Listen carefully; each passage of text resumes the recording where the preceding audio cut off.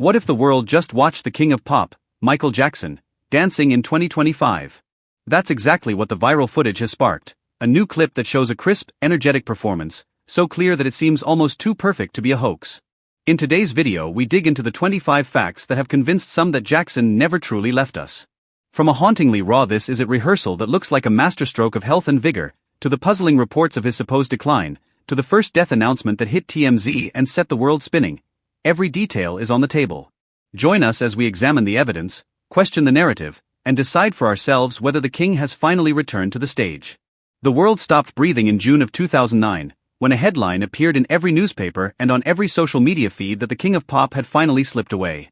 The shock rippled from the streets of Los Angeles to the stages of the world, to fans whose lives had been touched by every beat, every lyric, every moonwalk. Yet the years since have not erased the chill that runs through the rumors.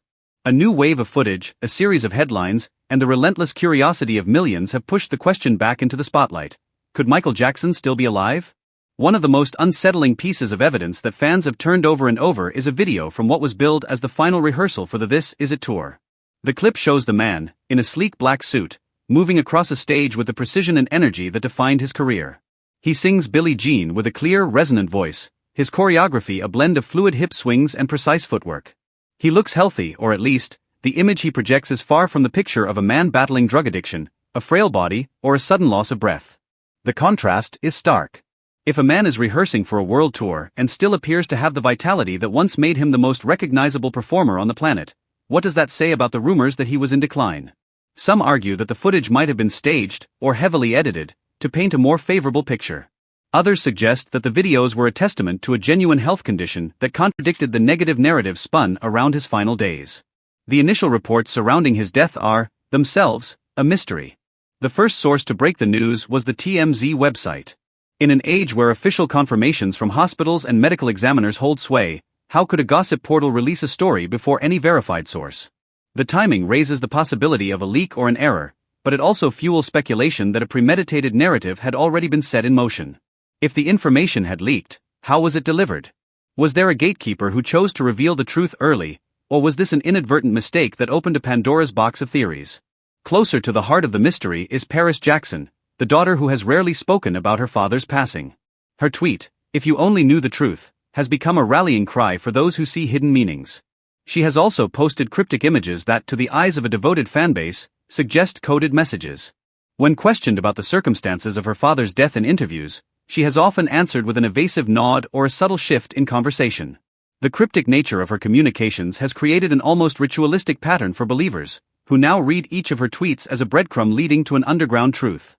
The official autopsy report from the Los Angeles County Coroner's Office contains another inconsistency that has rattled both experts and enthusiasts. The report lists Michael's weight as 136 pounds, recorded just days before his death.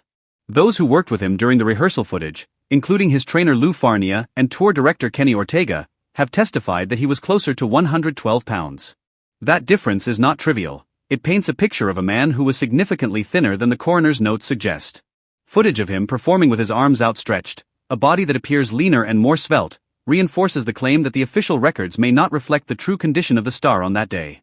The idea that a legend might have contemplated faking his own death is not new. The lyricism in "Leave Me Alone" and "Escape" has been dissected for hidden layers. In "Leave Me Alone," a newspaper headline flashes "Michael Jackson is frozen at 50." The phrasing could be a metaphor or an allusion to a desire to stop aging or to stop being seen. In "Escape," the repeated line, "I need a break so I can free my soul," sounds like a plea that might be more than a song about fame. In the visuals that accompany these tracks, scenes of a prison-like environment and the feeling of being trapped resonate with a narrative of an artist yearning to disappear from the public eye.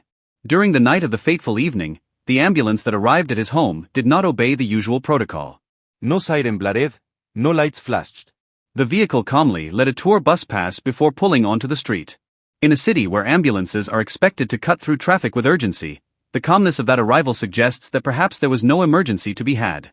A question arises: was the arrival of medical professionals truly a matter of life and death, or simply a routine visit? And if the latter, why did it happen at all? It is these small deviations from protocol that fans point to as evidence that the situation was orchestrated, or that someone else had a role in staging the event. Rumors persist that Michael might have fled to a hidden enclave in the Middle East, living under a veil of secrecy. Reports point to a luxurious estate in Morocco, a man protected by powerful allies and living under an assumed identity. There is speculation that new songs, released under different names or credited to other artists, might actually be the work of the late King of Pop. Even though these claims have not been proven, they echo a pattern of conspiracy that resonates with a fan base that is convinced of a grand, worldwide cover-up. The death certificate itself is riddled with errors that have stoked further fire. While his legal documents, including his driver's license, identify him as Michael Joseph Jackson, the certificate lists him as Michael Joe Jackson. Dates are inconsistent. The death date is listed as June 25th, but the certification date is July 7th, a nearly 2-week gap that seems improbable if the paperwork was handled promptly. When documents that are expected to be precise and accurate contain such discrepancies, doubt naturally follows. In a television interview on Larry King Live in September, a man named Dave, known for his own struggles with burn injuries, talked about his friendship with the late singer.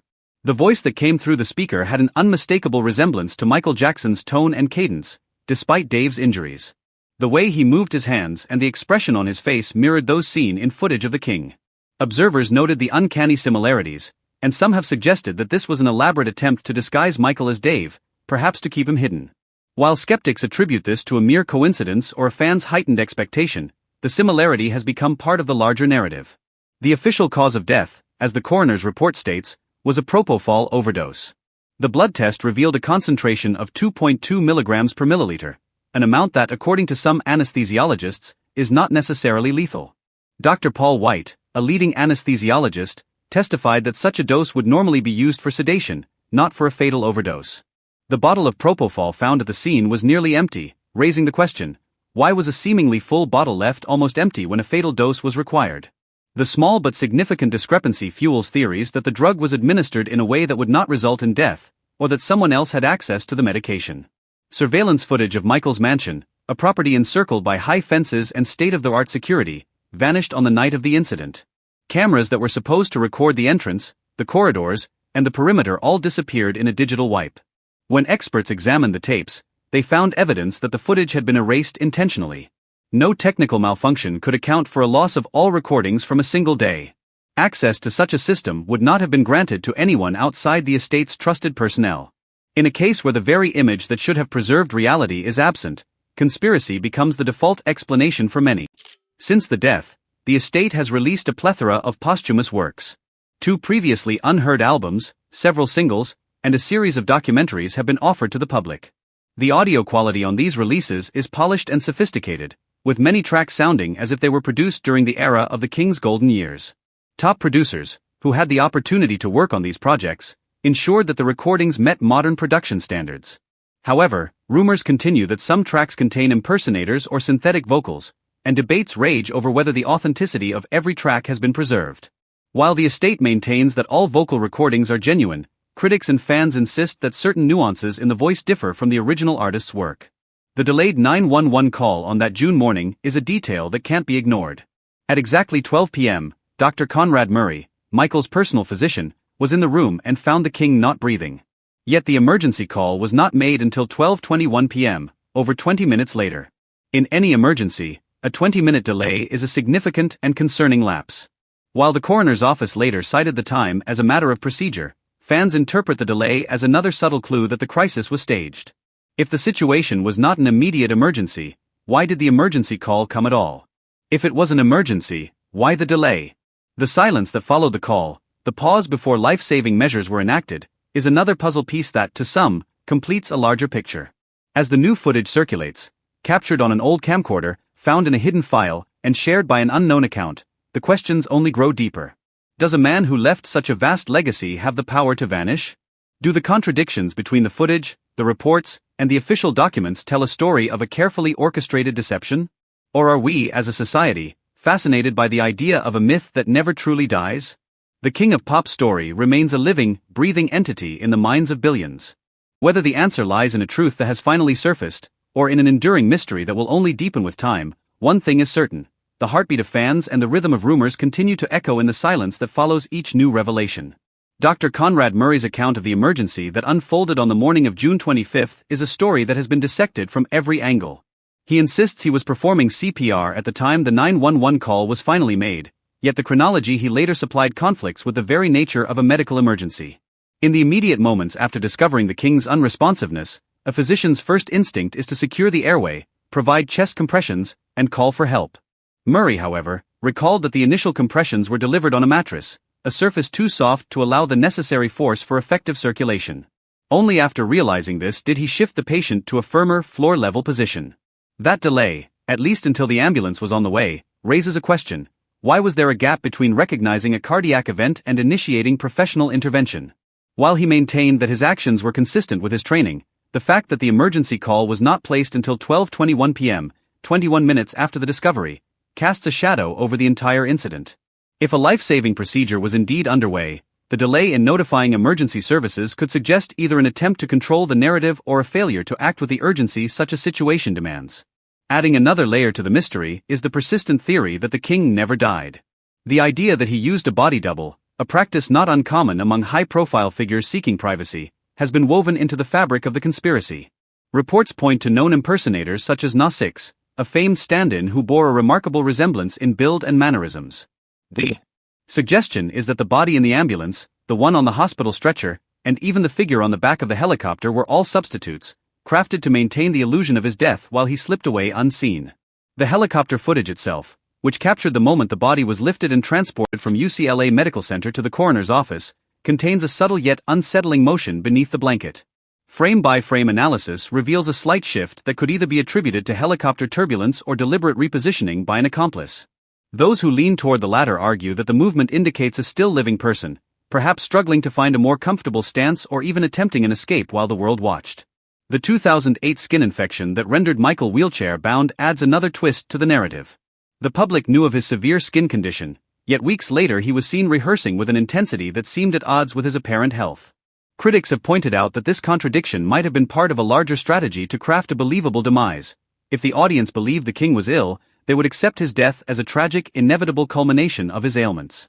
Yet the contrast between his visible frailty and his vigorous preparations for the tour suggested that the illness could have been a facade, a carefully staged performance to mislead fans and the media.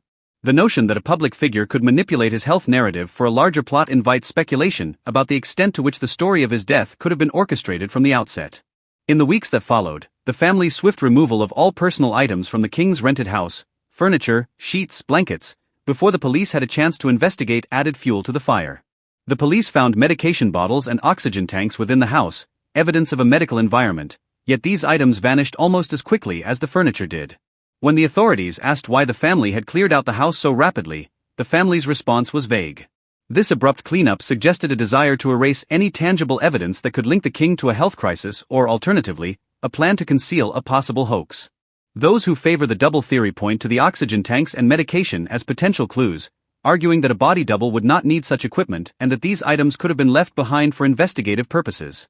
The decision to forego an open casket further deepened the public's uncertainty. The king's grave in the Great Mellum was shrouded in heavy security. Visitors were restricted and monitored, a stark contrast to other celebrity graves that have become pilgrimage sites. The grave's location in an area not open to the public, combined with the strict monitoring of family visits, invites the notion that the grave might be empty. While the coroner's report stated that the body was intact upon arrival, the heavy guard presence around the gravesite, an unusual practice for a burial of a pop icon, kept the narrative in question. Some fans began to wonder whether the grave's emptiness was a deliberate hoax designed to keep the king's living status alive in the public imagination. Suddenly, a series of events unfolded that seemed to confirm the presence of a larger scheme. Within hours of the emergency, the king's entourage underwent abrupt changes. Key members of the support team were fired or reassigned, leaving the family with a smaller, tighter circle. These sudden firings, especially given the high stakes involved in a public figure's death, could be seen as an attempt to eliminate witnesses who might expose the truth. By removing those who could recall what happened that day, the family could control the flow of information and minimize the risk of leaks. While the family denied any wrongdoing, the timing of these personnel changes is difficult to ignore. One of the most disturbing pieces of visual evidence is the photograph of the king in the ambulance, taken by an anonymous photographer. The man in the frame appears noticeably darker in complexion than the public image of Micheal, his posture rigid as though the ambulance's motion had pinned him against the back seat.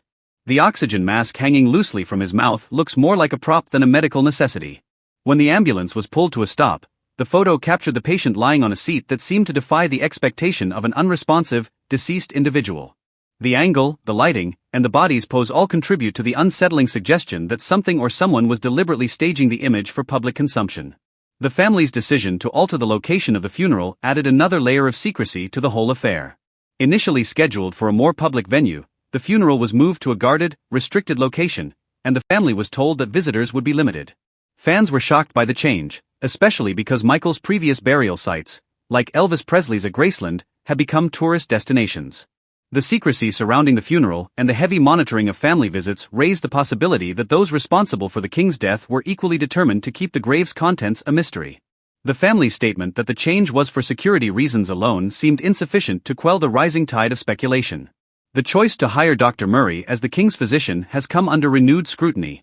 The report of his financial debts and his background in dealing with high-profile patients made his selection appear counterintuitive. Why would the family trust a doctor with a record of financial troubles and a reputation for questionable medical practices with their icon? The fact that Dr. Murray had previously taken on high-profile patients, including a well-known boxer, without any public record of malpractice suggests that the family may have had inside information or at least was willing to accept the risk. Those who lean toward the conspiracy point to Murray's financial motivations. The heavy debt burden could have made him susceptible to external influence or pressure to comply with a plot designed to keep Michael alive and the narrative of his death intact. Joseph Jackson's brief interview with the family's spokesperson revealed remarks that seemed oddly detached from the gravity of the situation. He claimed that everyone was upset and everyone wanted the best for the king. Yet his words were laced with a lack of detail that many viewers found unsettling. While some attribute his comments to a desire to soothe a grieving audience, others question whether his statements truly reflected the internal chaos that the family was experiencing. The absence of a heartfelt, transparent narrative from the most immediate family member left many to wonder if the king's death was an orchestrated story that the family had to uphold. The persistent presence of a mysterious woman at Michael's grave has become a folklore of its own. Her regular visits, always under the cover of darkness and always with a face obscured by a hood, have led some to speculate that she might be the king himself. The notion that he could have returned to his grave, disguised and hidden in plain sight, is one of the more dramatic pieces of the puzzle.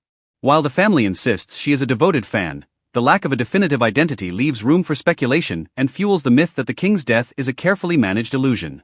Finally, the security around Michael's grave, a heavily guarded zone that even family visits are monitored, has reinforced the theories that the burial site may not contain the body it is meant to hold. The protection of the grave site is so intense that it resembles a fortress rather than a resting place.